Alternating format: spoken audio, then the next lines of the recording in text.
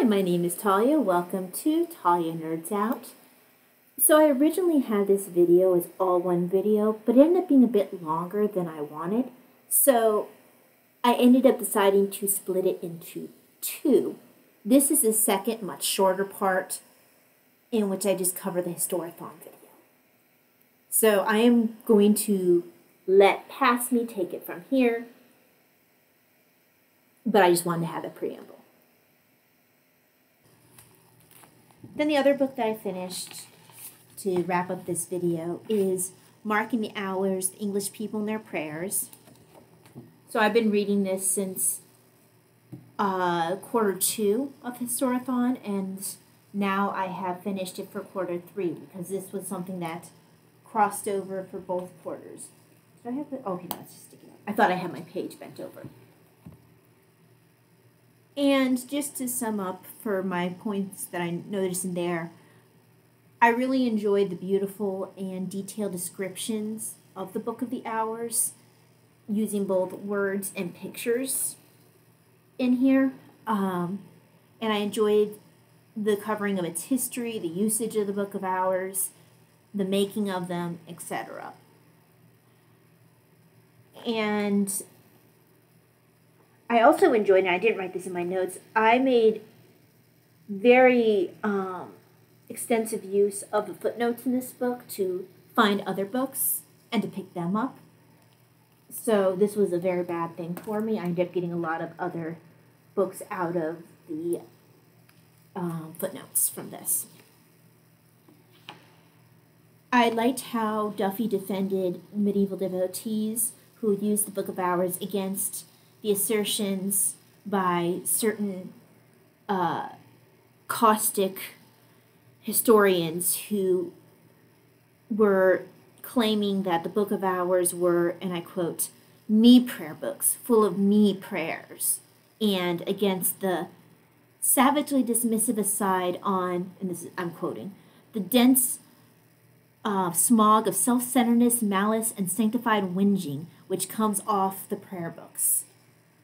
And that comes from page 98 in this book, which it was just the most, some of these historians came up with the most unkind and negative, uncharitable assumptions of people based off of their prayer books. They couldn't, it's like they didn't even want to look at it, take a step back and look at it from a human perspective. They went through the most negative perspective they could. The most, just most obnoxious perspective that they could. Chapter 6 is pretty much devoted to defending the medieval devotee against the reductionist and almost sneeringly uncharitable assessments of their prayer books. There's also, in Chapter 7, an in-depth examination of Thomas More's Book of Hours, and also of some personal religious prayers that he wrote, some of which, or one of which might have been written when he was in the tower. And some of it is really quite touching stuff. You can tell where he was influenced by the Psalms. There's both a personal and a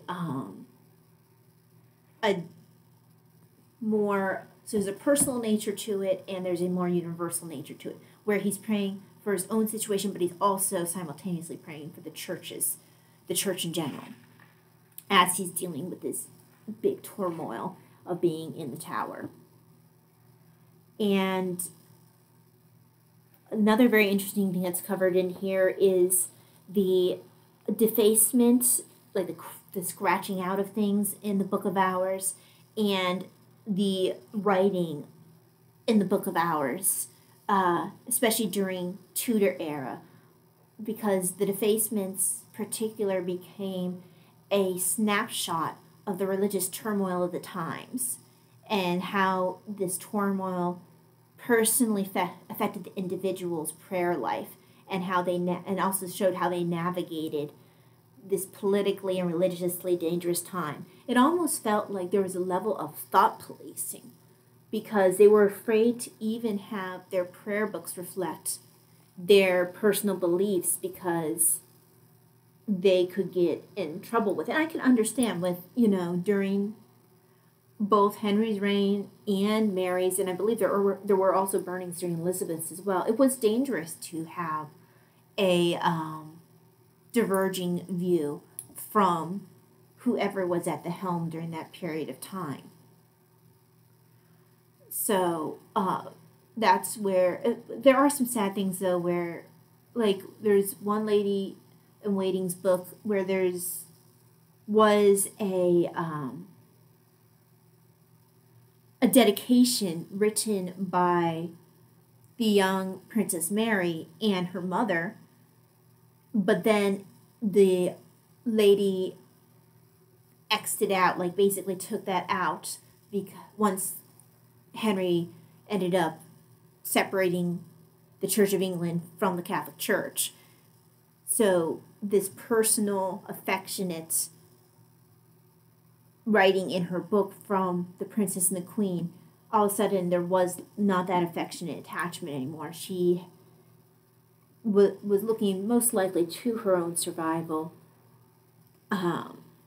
So it made a kind of sad statement within that Book of Hours of how personal relationships would be sacrificed at points, as well as religious views be sacrificed for the sake of survival. Not unexpectedly, this also covers how Elizabeth I's reign eventually led into the end of the widespread use of the Popish Book of Prayers, and their own prayer book began to take precedence. So yeah, I found this to be a very interesting book. It's actually a fairly short book, but it's so full of great information in here. Beautiful pictures.